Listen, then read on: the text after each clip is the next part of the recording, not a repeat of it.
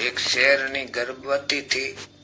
गर्भ उसका पूरा हो चुका था, लेकिन शिकारी उसके पीछे लगे हुए थे और वो इधर उधर छलांग लगा रही थी और छलांग के बीच में ही उसका बच्चा नीचे गिर गया।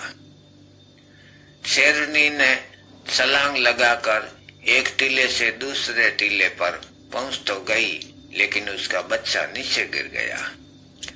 नीचे भेड़ों की एक कतार गुजरती थी। वो बच्चा उस झुंड में पहुंच गया।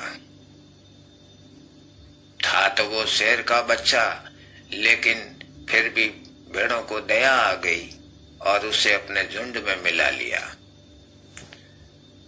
भेड़ों ने उसे दूध पिलाया, पाला पोसा। शेर जब जवान हो गया, शेर का बच्चा था तो शरीर से सिंह ही हुआ, लेकिन भेड़ों के साथ में रहकर वो खुद को भेड़ मानकर जीने लगा। जीते जीते एक दिन उसके झुंड पर एक शेर ने धावा बोल दिया। उसको देखकर भेड़ें इधर उधर भागने लगी। शेर की नजर भेड़ों के बीच में चलते हुए उस शेर पर पड़ी और दोनों एक दूसरे को आश्चर्य से देखते रहे। सारी भेड़ें भाग गई, शेर अकेला रह गया और दूसरे शेर ने उस शेर को पकड़ लिया। ये शेर होकर भी रोने लगा, गिड़गिड़ाया कि मुझे छोड़ दो, मुझे जाने दो, मेरे सब संगी साथी जा रहे हैं, मेरे परिवार से मुझे अलग ना करो। तो दूसरे शेर ने फटकार लगाई कि अरे मूर्ख, ये तेरे संगी साथी नहीं है, तेरा दिमाग फिर गया। परंतु वो नहीं माना। वो तो स्वयं को भेड़ मानकर भेड़ चाल में चलता था। बड़ा शेर उसे घसीटता हुआ नदी के किनारे ले गया।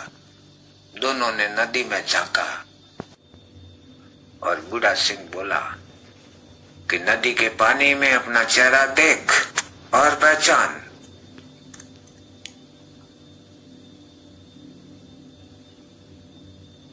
उसने देखा तो पाया कि जिससे जीवन की वो भीख मांग रहा है वो तो उसके जैसा ही है। उसे बोध हुआ कि मैं भेड़ नहीं हूं, मैं तो इस सिंह से भी ज्यादा बलशाली और तगड़ा हूं। उसका आत्म अभिमान जागा।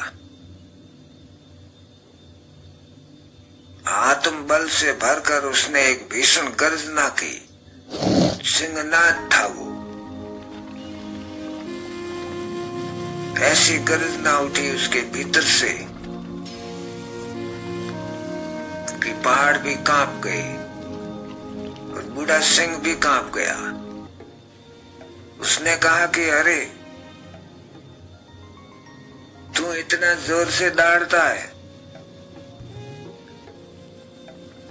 अब युवा शेर बोला कि उसने जन्म में कभी दहाड़ नहीं मारी, वो कभी दहाड़ा ही नहीं, और बड़ी कृपा हुई तुम्हारी कि तुमने मुझे जगा दिया। और इसी दहाड़ के साथ में उसका जीवन रूपांतरण हो गया।